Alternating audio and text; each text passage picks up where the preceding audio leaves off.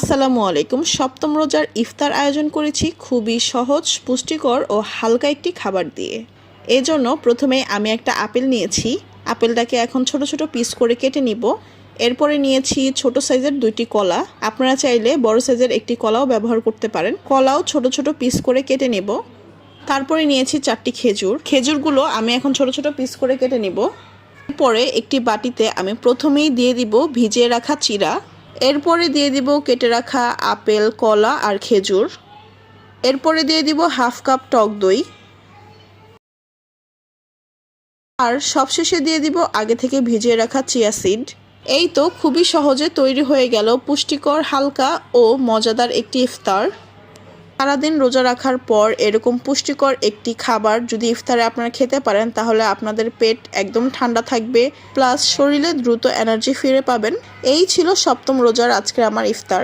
কেমন লেগেছে ভিডিওটি অবশ্যই কমেন্ট করে জানাবেন। সবাই ভালো থাকবেন, সুস্থ থাকবেন। আল্লাহ হাফিজ।